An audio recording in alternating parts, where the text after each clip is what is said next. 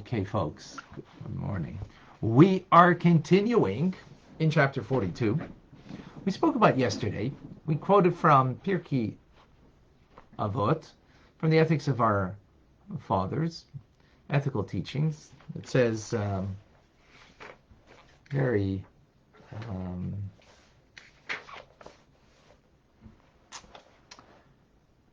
simple, well, not a simple statement, but that we should reflect upon three things. That when we do that, we won't do anything wrong in life. We won't do any sin. We'll do everything that's right. What is it? Know what is above you, an eye that sees, and an ear that hears. So the Alter Rebbe asks today, well, what do you mean that God sees?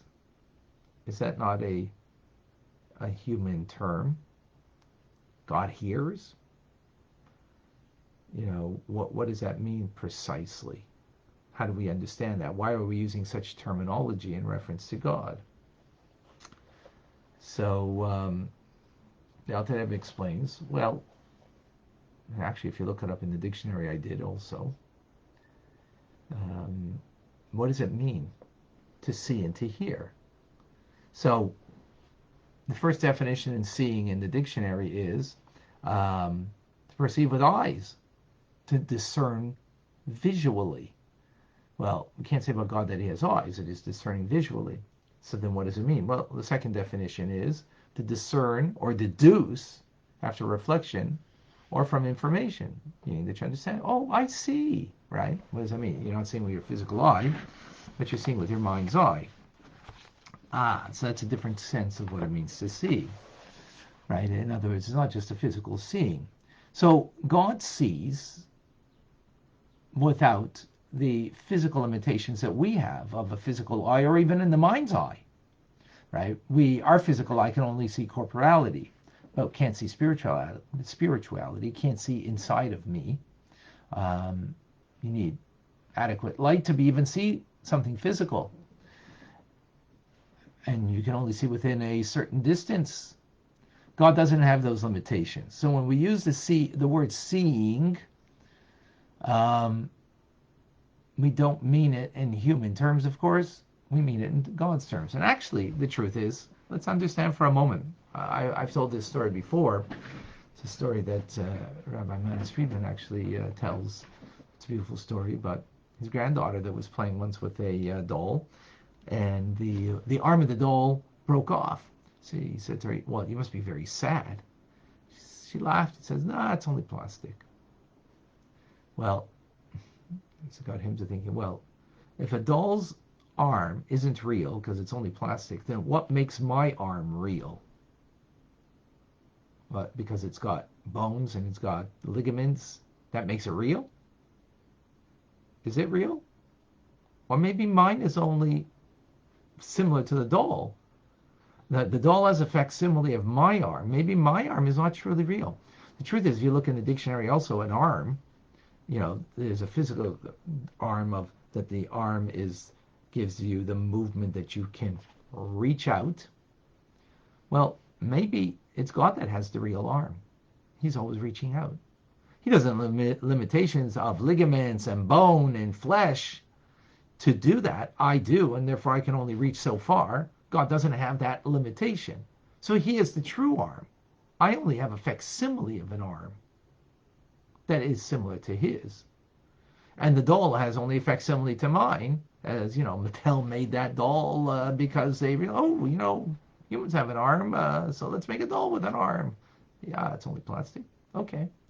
Has a facsimile of our arm. So God has the true arm. God has the true seeing and hearing. He doesn't have the limitations that we do, right? The human limitations at all. Let's take this a step further, maybe, that we can understand this. So what does it mean that God sees then? How do we appreciate that? Because in the end, this is Chabad, so therefore we're not just taking it on faith, although there is faith element, obviously. But we need to understand. So what are we understanding over here? How can we understand the seeing and the hearing of God? So the Alter Rebbe gives a metaphor. And from metaphors, that gives us an appreciation. And that's from me and from you. How do I know and feel any time that I experience something in my body, right? How am I experiencing it? How am I experiencing it and knowing it because it's something outside of me? For example, it's, we had a few cold days last week. It's cold. I felt cold. My body felt cold. How do I know that? Is it something experienced outside of me? Or is it something of me? Obviously, it's of me, right? When I experience cold and heat, I'm knowing it because it's happening and experiencing in my organs of my body, right? My hands were cold. Oh, thank God for warmer weather. So if you scorch yourself with your toenail with some, gets burned, you're feeling it inside of you. You're aware of it because it's of you. It's not separate from you. When I don't need eyes and ears to know that I've burnt myself or I'm cold because I'm feeling it from within. So that's a metaphor. What's the metaphor for God and how he knows? God doesn't know because we are outside of him, because he is not only the source of life, but he knows what's happening because it's happening of him, not beyond him. What does that mean? So Maimonides explains, and this is something that we've learned also in a concept earlier, that God knows because he knows himself. That's how he knows me. He doesn't know me because I'm outside of him. He's not in some, palace above and he's looking down and he's playing puppeteer and he's, controlling, and all of the divine providence that happens as he's puppeteering the events and the circumstance in our lives that will occur. That's not what's happening. So he knows something from a distance. He knows it because it's of him, because he creates that which he creates is really not separate from him, but this of him.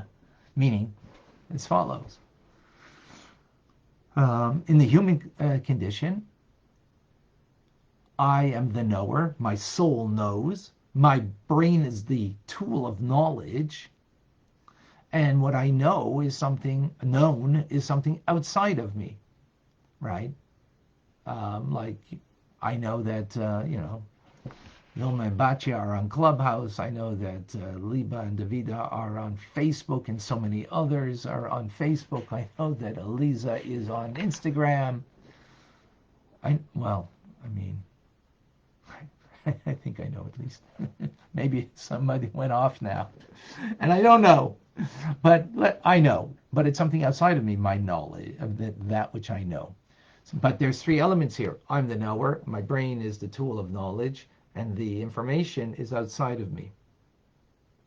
That I, absorb and becomes a part of me. Not so by God. It's all one. There is no distinction. So therefore, when God is knowing, he is knowing himself. When he knows anything of creation, when he knows me. Let's give another analogy for this on how we can appreciate this. Well, I'm sorry, we gave that analogy of the fact that my body's experience is what my soul senses. So if my body, a limb in my body feels the pain of something, my brain and the function of the brain, the awareness of the brain, which is of the soul, it is all from within. It's not something from without, right? That's that knowledge because it's something from within. And that's how God knows. That's how God sees me now. Not separate and outside from him, but I'm a part of him. So the metaphor, though, that we just use of body and soul is lacking something. What is it lacking? As follows. When my body is, when something happens to my body, the pain, right, that changes me, my soul, and the experience of life. I'm now pained by something. I'm changed. I'm affected, rather. Might be the right word. I'm affected by the fact that something happened painful to my body. My soul's affected by it. The difference is when we use that metaphor for God, God's not affected. In other words, everything is within God, and therefore the act of God as creator, he is not affected by him creating. It does not make a change in him at all. Otherwise, God would be evolving and changing, and that would not be the true reality of God. And everybody, we understand that. And this is something that the patriarchs who believed in God gave that notion to their descendants as believers, descendants of believers. In other words, that God is the same before he created the world. He's the same after he created the world. There is no change in him at all by the fact that he creates. Now, that's the end of this. It's a short class, and that's the end of this thought. I just want to make sure that we don't make a mistake over here. When we say that there's no change in God in the act of creation, that doesn't mean what we do doesn't affect him, or that he doesn't have divine pleasure from it. Absolutely. But that's not the point over here. The point is in God being able to see what I do, right, and have the presence of God. That notion is that God, you shouldn't, when you meditate, think of God, he's in an ivory tower, beyond, and he's looking down, and you see, oh, there's little Ronnie Fine. Oh, look at him. What's he up to now? That's what's happening. That's not at all what's happening. Because that means there's a distance. That means I'm outside of him. That means I'm bringing an awareness to God that he didn't have before he kind of looked my way. And that's not the case. Because that means that there is an imperfection God is being added to in his knowledge and his awareness. And as we explained, that's not the case. So by us, that's the case. So I can be added to in my knowledge and my awareness to my existence. But by God, that is not the case. The important point that we're bringing out over here is that the awareness of how God is able to see me and perceive deeply inside of me, and for me to be aware of that. This is not about God. This is about me. That I should be aware of the presence of God in my life and how he is seeing and knowing everything about me. But we're in the middle of a thought over here, which we will continue tomorrow to fully elaborate upon it. But I just want to make sure that we have the basic idea over here is ultimately there's nothing hidden from God, perceiving everything because he's perceiving himself as I am a part of that greater self, shall we say, of God Almighty. As we also perceive within ourselves, that's the metaphor, right? The pain of stubbing a toe. I don't know because I see it outside of me. No, because I experience it from within. God's experiencing me from within his reality. When we are aware of that, we don't feel a distance, we feel a closeness, and we feel his presence. That's the most important thing. And that's what it means. That ultimately, as our sages say in Pirkei Avot, in the Ethics of Our Fathers, which, by the way, I teach now every day at 12:45 to 1:30, if you're interested to join, please do. That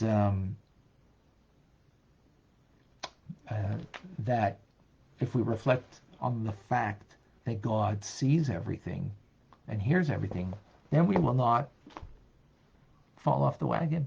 We won't do wrong.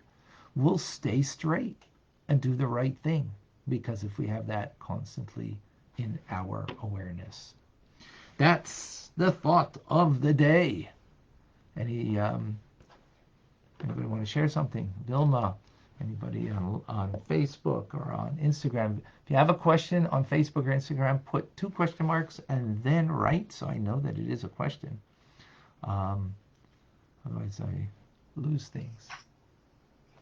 Is it true that our soul perceives things differently than we do with our like human senses, and that our soul actually talks to God? I'm not certain what it means that our soul talks to God. I think our soul is bound up with God. Our soul is one with God. And as I mentioned in yesterday's class, because we have an animal soul in a body that the soul is enmeshed with, we don't experience that until we're able to deal with our bodily and animal soul influence by humbling it and being attuned then to our divine soul. Then we will sense how we are truly connected and how we have the presence of that connection in our soul. That's what das is, as we explained in couple of in the previous classes.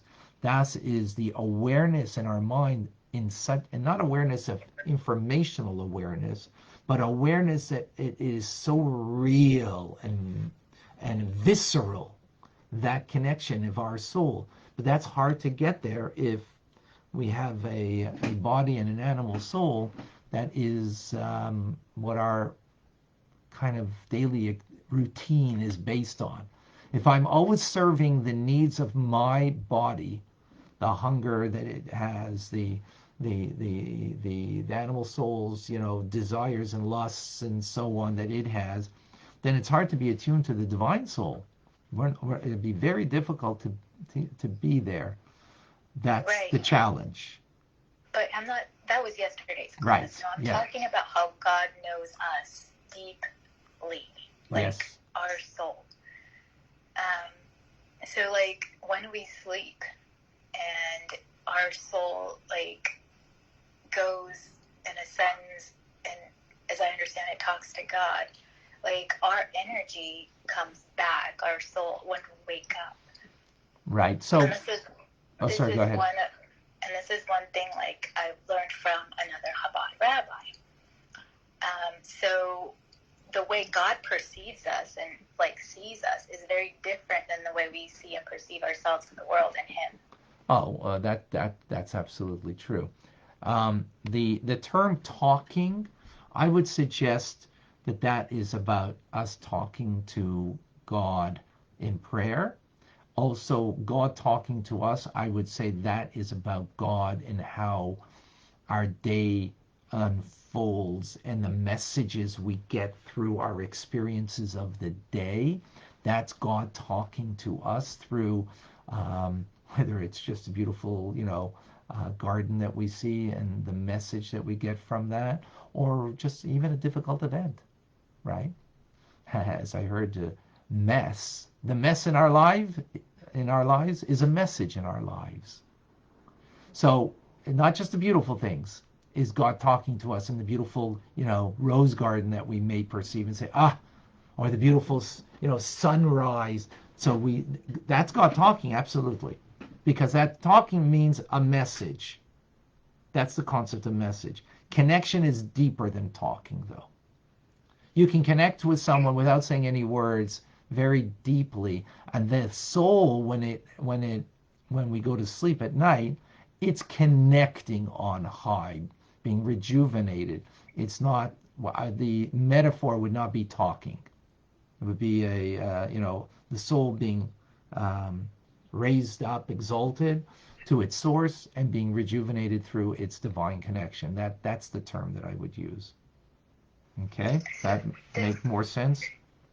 Yes. Does that mean that like every day we get new energy from God to do all the things? Oh, absolutely. Oh, absolutely. Yes, yes, yes, yes. Very true. Yep.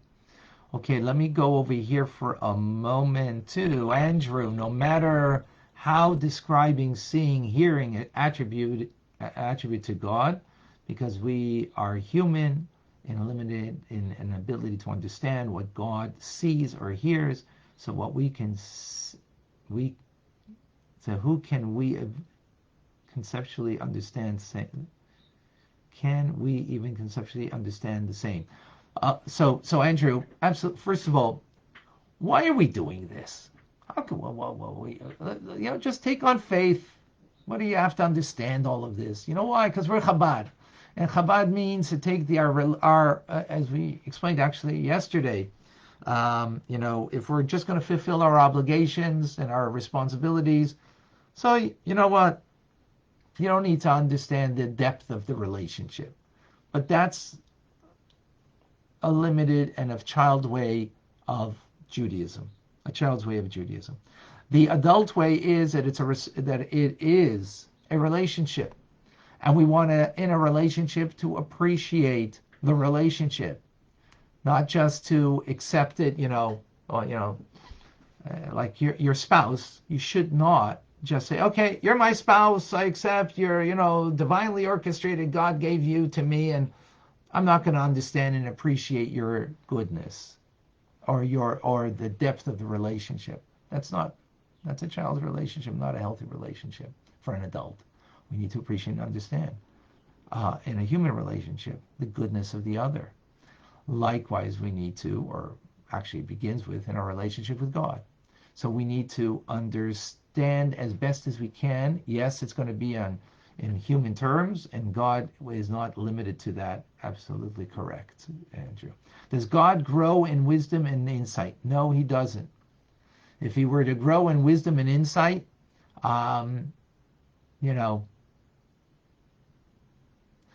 interesting. Let me ask you something. The last 50 years or even the last 10 years, has been more discoveries in the world of science, and we became wiser, smarter. I don't know, smarter, or maybe even not wiser, but more aware of things than ever before. Maybe we're not wiser at all than ever before. We've added to our knowledge base. God hasn't. But it's interesting. We don't, it wasn't anything that was introduced into the world that wasn't there before. What do we call it? We call it a discovery.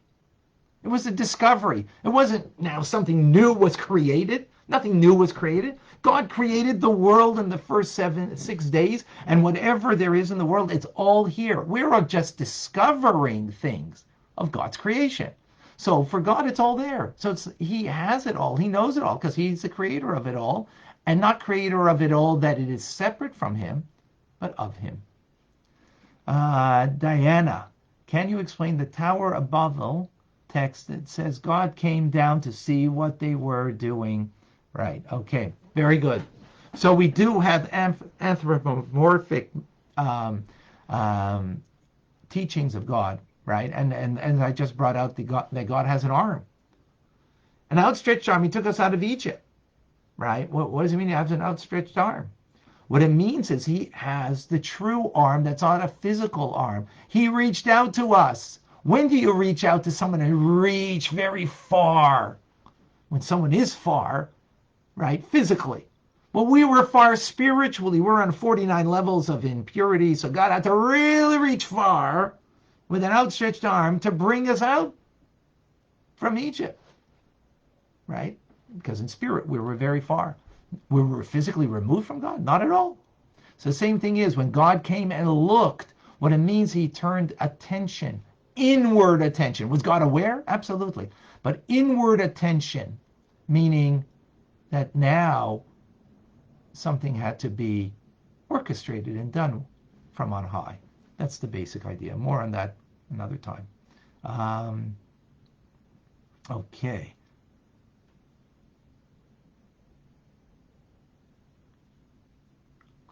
Joe, I missed your question. I'll try to find it. Daniel, can a person wear a cap like the Jews to remind them of Hashem? Yes. Yes, someone who isn't Jewish and wants to wear a cap, that is fine to feel, but to wear a kippah if they're not Jewish, a yarmulke, that I wouldn't suggest because that would be a clear sign of someone who is Jewish. And if someone is a B'nai Noach and wants to, okay.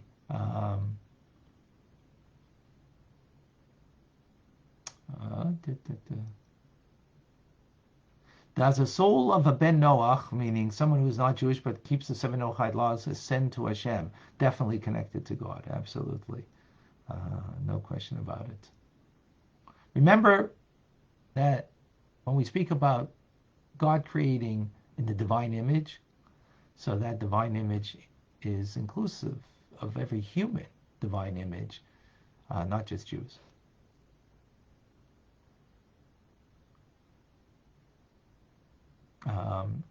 There, and I'm not certain of that. I don't know what that means exactly. Okay, do we have anybody on Clubhouse that wants to share something? Anybody put it? No one put up a hand. Vilma?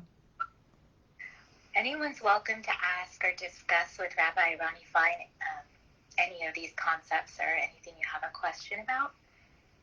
I know Raphael's a good one. I know Marcy. So you're welcome to come on and speak. All right. Joe, I'm missing. Oh, no, okay, I answered that. Okay, Joe Brown. Okay, beautiful. All right, some wonderful. Yes. Did I miss anybody from questions on Facebook? Do we have here?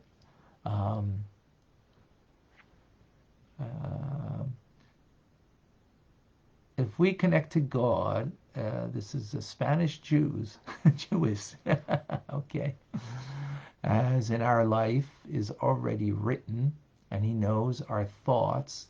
And is it true that our feelings are not always a spiritual experience? Ooh, okay, there are a couple of things there that I'm not certain exactly what you mean there, but by the way, feelings do not mean they're spiritual at all. At no time are necessarily feelings spiritual. Feelings can come from a very negative place. You can have a hole in your soul, and that's why you're feeling what you're feeling. So it's not because of a wholesomeness or a connection to the divine that you are feeling what you're feeling. And it's not so much a feeling as it is a sense. I don't know how to say that. I don't know, like it's deeper than just a feeling, because feelings are of chesed, gvura, tiferes, netzach, hod, yesod, and malchus. That's where feelings, kindness, refrain, power, compassion. So we're not talking about those kind of, those are feelings of the soul. That's not what we're talking about. We're talking about something experiential that might be more guttural, might be more essential, might be more a sense of, when we speak about the presence of God, when we speak of the presence of God, that's kindness? Is that compassion? No. Hopefully it will lead us to be more kind and more compassion. That's what it should do. Because remember, the bottom line of the presence of God in our lives, that God sees me individually and sees my inner truth, right? That sometimes I may be fooling and being delusional to myself, meaning I'm fooling myself. But if I really sense the presence of God, then it's harder to fool myself, and I'm going to be more genuine and real with myself. And ultimately, if I'm doing that with myself, then it'll be with you too, and with everybody in my life. That's the b'chein, the outcome that needs to come from having a visceral sense, an experiential sense, a spiritual sense of the presence of God in my life. That it changes me, that I am now more genuine in my sense of me, and therefore I will be more genuine in my kindness towards you, in my empathy and compassion towards you, in my actions towards you, in my speech and thoughts towards you. That's what we're talking about. Does that resonate? Does that make sense? Yes. When my son tried to explain that to me, he said it was creepy. Yeah, I don't think this is something. I don't know if this is something that we're sharing with others. I had this experience, of God's presence. I, it's a personal thing. Yeah, it It's is. a personal thing, and it probably would be kind of creepy if we're sharing it. Very good. I think your son said it well. And it's not a the fact that we're sharing it means like it's not genuine. It's not real, genuine. Because first of all, how do I know I really experienced? Maybe I'm deluding myself in what I thought I experienced, and so we got to be careful with that. We don't want it to be delusional. And the litmus test is very simple. As let me give you the litmus test on this. What comes out of it? So I once heard from somebody, who was an exotic dancer, and she says, "I feel the presence of God in my exotic dancing." What? Hmm. So my response is, uh, well, if you really feel the presence of God, then I guess something really magnificent came out of that. Like, you probably did a real loving act of kindness to somebody, and you gave charity beyond what you would normally give, and you probably, you know, just, turned over the world to do good. So she responded, "Well, not really. I didn't do any of that. I just felt it." Oh, okay. That's when you know it's not genuine. If you just felt it, you just experienced it, you just had this high. I've shared this experience before. I share it again. When I was a yeshiva student, I was studying in Miami Beach, in the Chabad Yeshiva there on Alton Road, on 1140 Alton Road, and the Guru Maharaji was coming to for an extended weekend appearance, and we knew there was going to be so many Jews there. So we yeshiva students, we went there to seek out Jews and to have a conversation. There are Jews that came from Israel. They came from all over the world just to be a 4-day, convention, and and we were there, and we speaking to them and trying to encourage them to do another mitzvah. Look into your Judaism. You don't, this is. You don't need to seek in other pastures. In any case, at one point, somehow I got into the convention center myself. And it was like, oh my gosh, people on the bleachers there. And they were singing actually a Hebrew song. And it was so, wow, powerful. I sensed something powerful in that moment. The picture of the guru and on a big screen, and there was the fans blowing his hair, and it was just like, and I reckon I got kicked out pretty quickly because they saw I was like a yeshiva student, so like they saw I probably don't belong there. Anyways, but what I did experience was, wow, I understand what klipa is now, how you could be drawn into something. It was such an experiential thing that everybody was just lost in the experience, lost in the spirituality of the moment. And that is not Jewish. Why is it not Jewish? What do you mean? You're feeling the presence of something divine. Again, if you're feeling the presence of something divine, that will bring you to a changed behavior. That will bring you to do something with that. And not to do something with it, down the road, somewhere down the road. No. If it's truly divine, that you're having a sense of presence of God in your soul, then that will bring you right away to act upon it in a meaningful way that will be as great as the experience is. That's how much it's got to bring you to action, that you're going to turn over the world. So Moshe Rabbeinu had, he had the ultimate experience of the oneness of God in him. And what did that bring him to? Bring us the 10 Commandments, to teach us the Torah. It brought him to be the ultimate teacher and bring us Torah, the Word of God. So that will be the signpost if we're having a legitimate experience. Um, you know, where did it bring us? Is that good? Is that clear? Yes, beautifully said. Thank you. Okay, Diane is waiting for her question to be answered. Where is your question, Diane? Feeling is different from doing, isn't it? Yes. Yeah. Feelings are feelings, and doing is doing. Doing is an action, right? So you can do an action of being charitable, right? You can do an action of prayer, moving your lips and saying words. You can do an action of um, putting on your tefillin, lighting Shabbos candles. And you can do it with feeling of love and awe. Ultimately, you should do it with love and awe. And that's, what our discussion really is about over here. We're talking about the awe, the slash fear, meaning fear means the presence of God, that God is seeing.